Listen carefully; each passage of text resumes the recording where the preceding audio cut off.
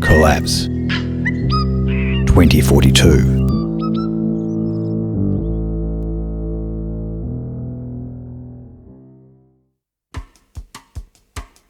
Chapter 3. The Den.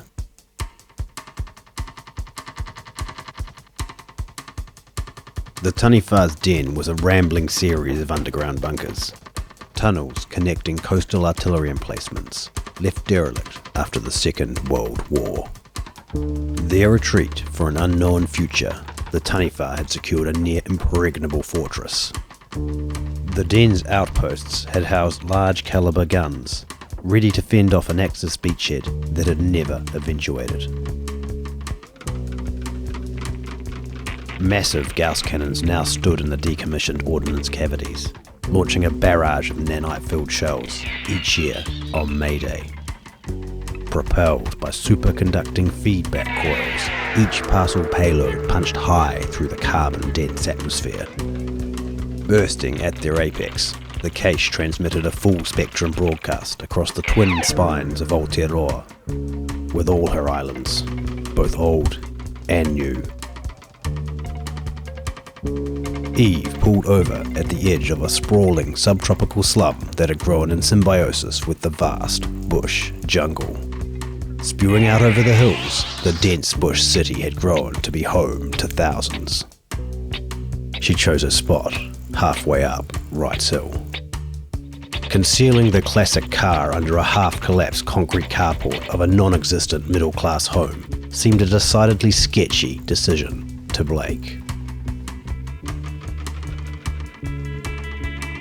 He climbed out of the coupe and surveyed the ridgeline. Eve allowed the motor to cool. Blake made out a brief, low hum. Glancing back, Eve had locked up. An autumn fog began to envelop the Charger. Handy. A rich aroma of toasted coconut and muted vanilla wafted down from the thick flowering gorse forest encasing the hilltop and driveway that led to the den. Heading up, the incline levelled off into a long cul-de-sac. They advanced towards the den's concrete entrance at the end. Blake was dazzled by floodlights bursting on. The overlapping beams starkly silhouetted a high, gated rail fence. Eve approached the wrought iron gate. Reaching up to press a button, her small hand barely covered the mushroom-shaped buzzer. Zzz. Suspended by spiral wire rope behind the outer gate, a huge slab of concrete flooring hung from a trussed steel girder frame. Anchored to the hill, a pulley system allowed the flooring to float freely above the courtyard, before the inner door.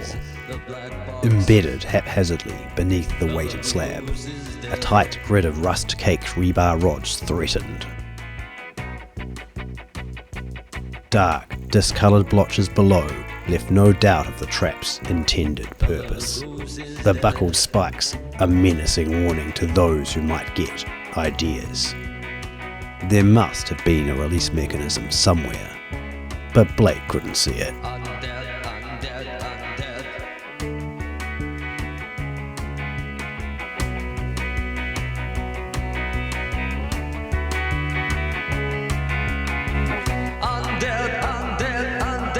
The virginal brides file past his tomb, still many times their flowers bereft in deathly bloom. Alone in a darkened room, the count